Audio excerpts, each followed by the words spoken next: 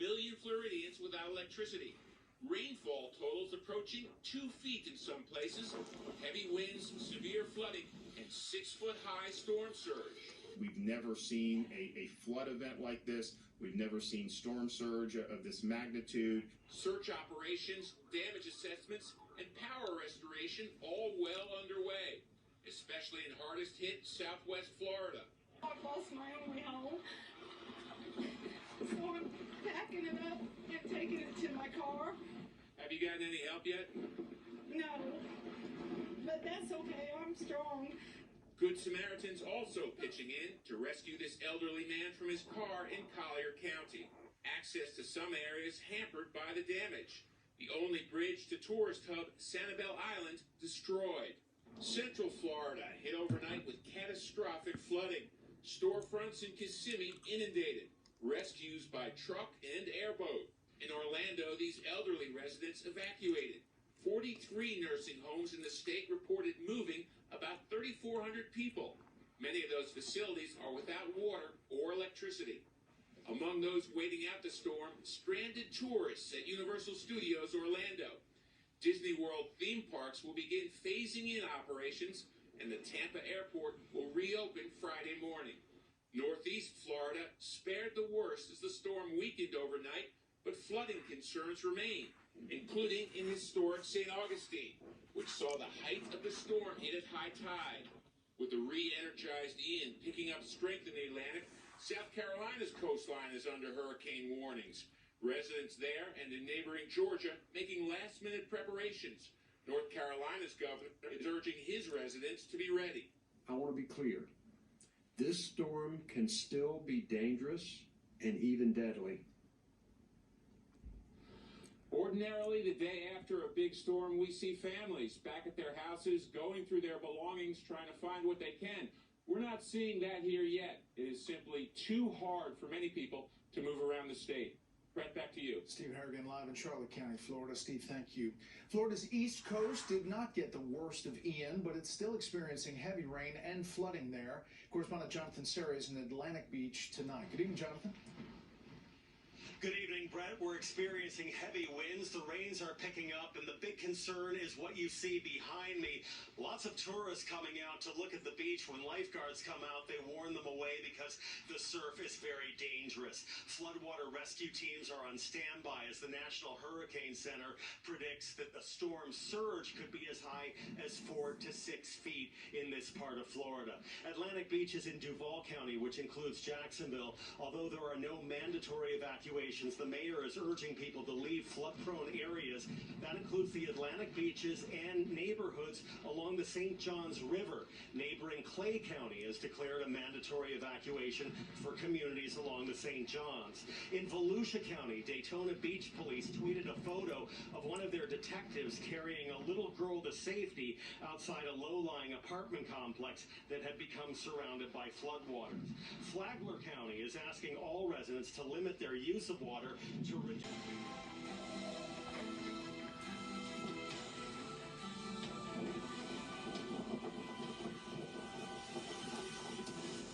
The sights and sounds of Hurricane Ian making landfall more than 24 hours ago, and still a serious problem. Anticipated to make another landfall in South Carolina tomorrow afternoon as potentially a hurricane once again. Yes, and we're going to see this thing strengthen as we go through time, and we are definitely talking about another hurricane, unfortunately. And can we believe it, right? We've got a lot of wind today. Rescues. We've had urban search and rescue teams from the state of Florida. We've had the National Guard down in Southwest Florida. People have been being rescued on a minute-by-minute basis, and that's going to continue to go. Minimal damage has been done to the base. National Guardsmen are assessing the area and mobilizing as floodwaters rise. The Coast Guard has already rescued dozens of people by helicopter. This one's up there in terms of the historic nature. And what we haven't seen traditionally is the common... 5,000 troops from 4 states, Florida, Louisiana, New York, and Tennessee, are now helping with these rescue efforts. It's extraordinary work on behalf of our National Guard, and it is what they train for, and we're grateful to them. A combined Florida and assisting states have 23 helicopters up there that are performing search and rescue reconnaissance, and you can see how grateful some of these folks are when this boat shows up and it gets you to dry land safely. Florida Congressman, National Guard Colonel, and former Green Beret Commander Michael Waltz is standing by, but first to Chief National Security Correspondent Jennifer Griffin, who joins us from for Orlando, Melbourne, up to Daytona until 8:30. So you're going to encounter maybe some water-covered roads because of the rain that has already happened. But then up the road a piece here, St. Augustine down to Palm Coast, we've had 5 to 8, locally 10 inches of rainfall, and it's still raining. So that's why I've got the considerable threat flash flood warning there. St. Augustine down through Palm Coast, A1A, US 1, I-95, all in there. And we've had all kinds of reports in here from 27 National Guardsmen have been mobilized to help with rescue efforts in the aftermath. Most of those are from Florida, 83 are from Louisiana, 15 from Tennessee, and 11 sent from New York. These guardsmen are providing route clearance, search and rescue, flood control, and security assistance to FEMA and other local first responders. Here you can see the 202nd Red Horse Squadron deploying with vehicles to help move heavy debris. We've also got aviation assets that they will use to get to those hard-to-reach places to ensure that, one, we want to save as many lives as possible, and then if people are okay, then get supplies to them so that they can weather the storm and the aftermath of it. U.S. Central Command, CENTCOM, and SOCOM will get an update tomorrow on when personnel can return to base. Martha?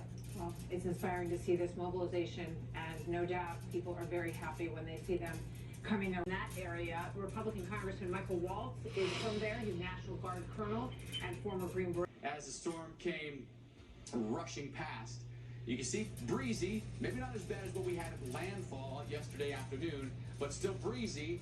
Some power outages have been reported there, but you can see how some of the boats then pushed up against the break walls there, and then the rainfall flooding in some locations as well, just causing the streets to fill up. We've had a lot of rain. We've had a ton of rain with this. In some places, more than a foot of rain. But think about this. This map, I think, is incredible. We've had 6 Category 4 or Category 5 hurricanes make landfall on the Gulf Coast in just the last 5 years.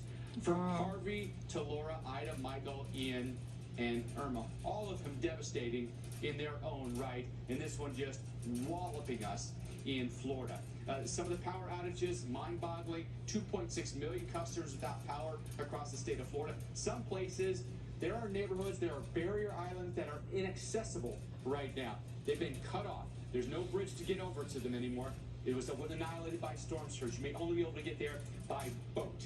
And if you're trying to restore power, you can't necessarily put a power truck on a boat and take it over. See Spring Hill there? Some of these islands may not have power for months, and I don't think that's an exaggeration. If you take a look at the storm surge, record-setting in Fort Myers, over 7.26 feet. Above what the previous record was, and then some of the rainfall that we saw. Look at some of these numbers: 15 to 20 inches of rain in the core of Ian as it rolled from, near Sarasota and Fort Myers up toward Daytona Beach.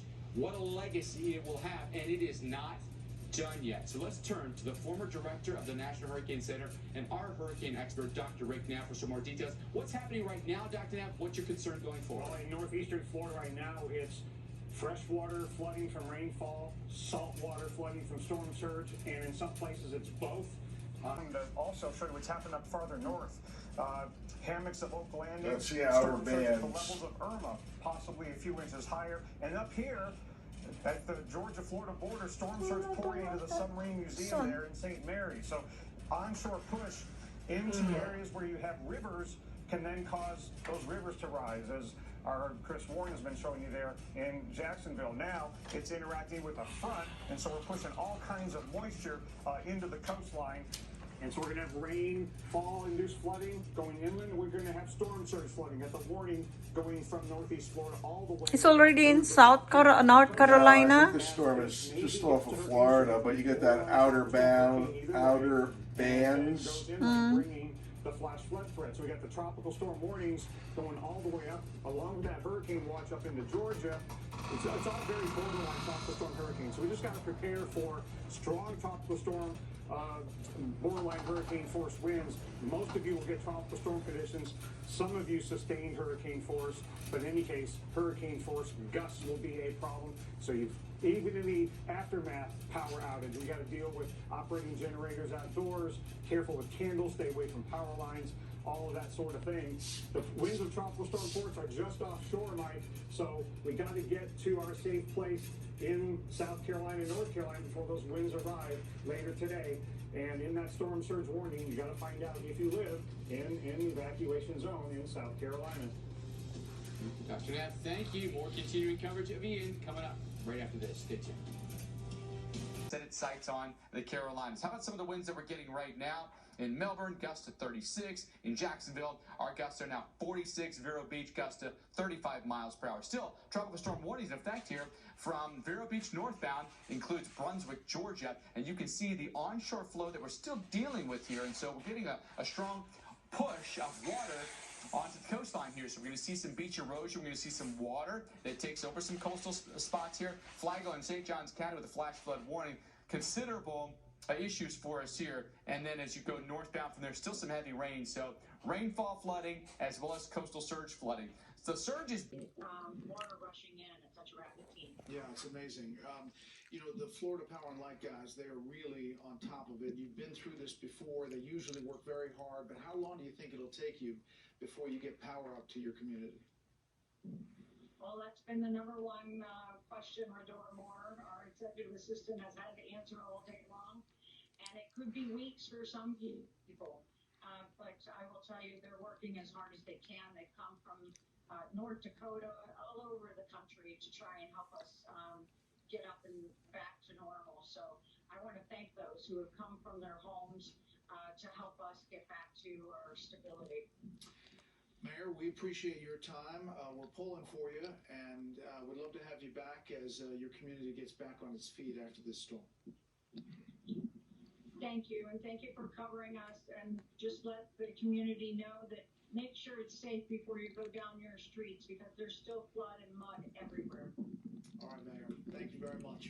A lot of people's homes, so there's going to be a lot of work to do. We're seeing millions of people without power and thousands hunkered down in schools and community centers. They're wondering what's going to be left.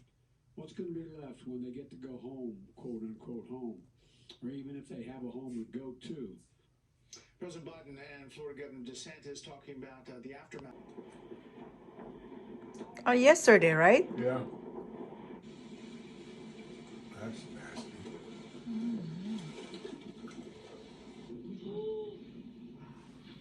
You got the video? Oh, I can't do video because I'm on the phone. I got it. Here it is.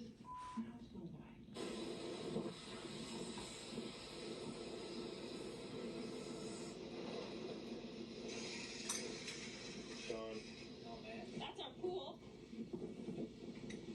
That's our deck. That was my house. My house is gone.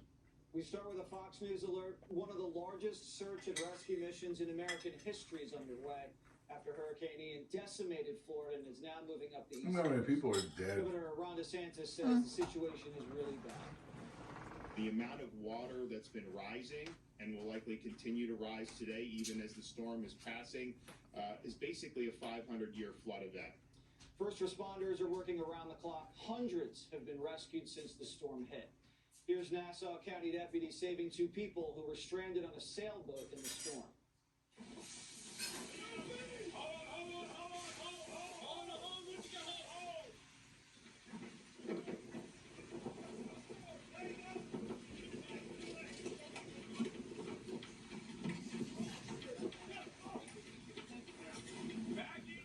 On the other side of the state, Naples firefighters rescued a woman trapped in floodwaters. Watch.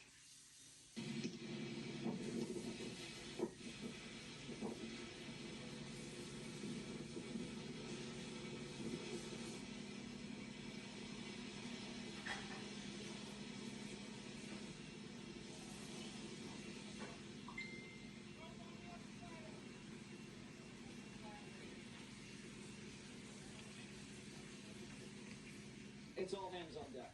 We're seeing the best side of people come out in the face of tragedy. A Good Samaritan used a jet ski to help firefighters with rescues. The cameraman stopped what he was doing mid-report to help people across the water. This one is as big as Florida. That is massive. Keep going. Keep going. Yes. It's an enormous storm. Yeah, no, fine. We're just helping some people through the water here. That's our camera operator, Glenn Ellis out there. I think you can see trying to help people who are wading away from their homes. We've spoken to a couple of them. Way to go, Glenn. And a man walked through floodwaters to save a stranded cat.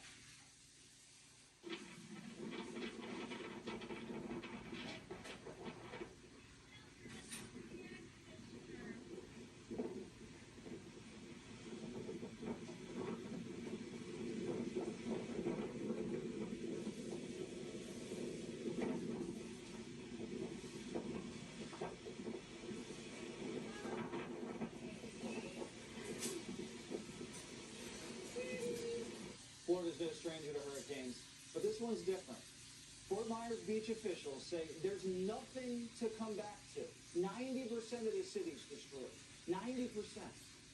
There's at least 15 known deaths across the state, but that number's expected to go up. Biden says this may be one of the deadliest storms ever. This could be the deadliest hurricane in Florida's history. The numbers are still unclear, but we're hearing early reports of what may be substantial loss of life. We start our coverage off tonight with senior correspondent Steve Harrigan live in Placida, Florida. Steve. Jesse, those 150-mile-per-hour winds were strong enough really to rip the sides off a lot of houses in this mobile home park. You can see right inside where people were living normal lives just one day ago. Pretty organized closet there. This was a neighborhood that's now gone street after street. As you pan over, you can see a lot of roofs gone. Some of these houses destroyed entirely. Of course, aid is flowing into Florida from across the country. Many states, first responders arriving here. But at this point, in pockets like this, what we've been able to see, it's really still neighbor helping neighbor. If your house is destroyed, sometimes you go to live with someone whose house is still standing, at least mostly standing. A lot of the people who rode out the storm here, they rented rooms in nearby condos, much sturdier built, about $300 a night. Ordinarily, the day after a storm like today, you see a lot of families coming back to pick through their belongings. We're not seeing that here today. It is simply too difficult to move around the state with the conditions of travel, with flooding and everything else. Ordinarily, you hear the buzzsaws, you see the backhoes, you see people trying to get back to work to clear things away. Still quiet here, still empty, still really suffering from the body blow of those heavy winds. Jesse, back to you. Thanks a lot, Steve. Let's now turn to Rob Godet from the Cajun Navy, which has been stepping in to save people stranded by the hurricane. Before we get to the Cajun Navy, Steve, can we get you back up on camera one more time? Because I had a follow-up question for you. Are the people not going back because the governors told them not to come back to leave the roads clear for the rescue vehicles? I think it's a combination. The governor has been clear that they don't want people looking around at the damage. They don't want people returning until it's safe to do so. But ordinarily, the day after a big storm, you want your valuables. We do see people, because of the flooding, because of downed trees and power lines, simply moving around here, especially with gas stations closed, cell phones out, no electricity. It's a hard operation to pull off. Yeah, I can imagine that must be tough. All right, Steve, thanks very much. Let's go now to Rob. Do we have Rob Godet from the Cajun Navy? All right, Rob, tell us what you guys have been able to accomplish so far. Yeah, we have done about 50 rescues since early this morning, and our team is still out there doing search and rescue with some first responders out off of the the island out here. Okay, so when you're going in to save these people, what kind of condition are they in?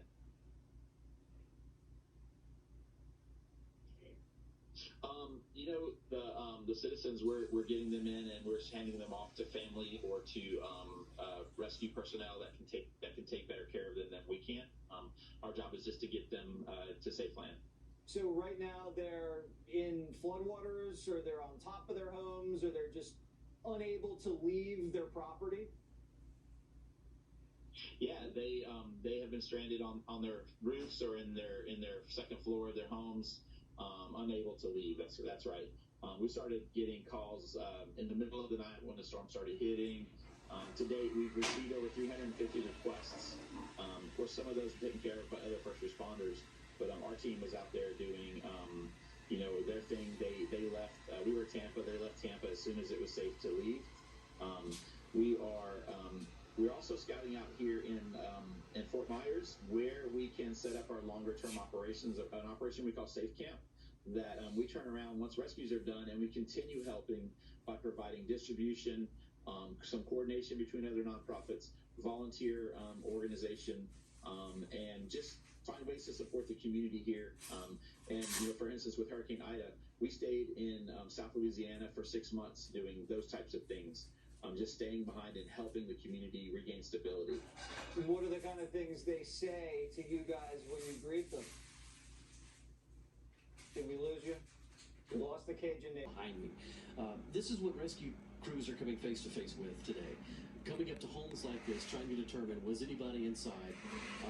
Trying to get people accounted for. They're having to go street by street, essentially, all through Cape Coral where we are. And this is happening on several of these islands as well. This is the farthest we can go on Cape Coral because if you try to get to Pine Island, the bridges have been compromised and in some cases washed out. Even the roads here in Cape Coral in some cases have been washed out. We have some video of where we are here in Matlacha as we have seen so many buildings washed away completely, others collapsed. We've heard the buzz of helicopters throughout the day trying to get in here and do rescues. There have been people all afternoon waiting to be rescued. Meanwhile, the death toll in the situation continues to grow. At this point, it is still an evolving number, and neighbors are fearing that it's going to continue to grow as more people are found over the coming days. And that's just the harsh reality, Jesse, what we're facing at this hour as convoys of rescue workers, utility workers continue to move in here to the area. I spoke with a man who lived in this home here behind me. He did get out about 3 hours before the storm hit.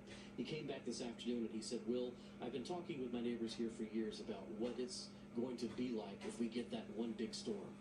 And that's happened. This is the one that they were fearing. And he said, I don't know that I can come back and rebuild after a situation like this. That was echoed by a couple of the neighbors here who, by the way, can't even access their homes because the road has been washed out. And so some tough decisions, not only with people here tonight dealing with the loss of their neighbors, but for the homes that remain and the people that are safe. They're questioning tonight if they're going to rebuild here or if this is the best place for them to be in the future. Just terrible situations happening here. Thanks so much, Phil. Tell everybody there our heart really does go out to them. As the storm ravaged Florida last night over in Bonita Springs, one man nearly drowned in his car as the rising floodwaters surrounded him. But he was rescued by a group of cowboys. Jacob!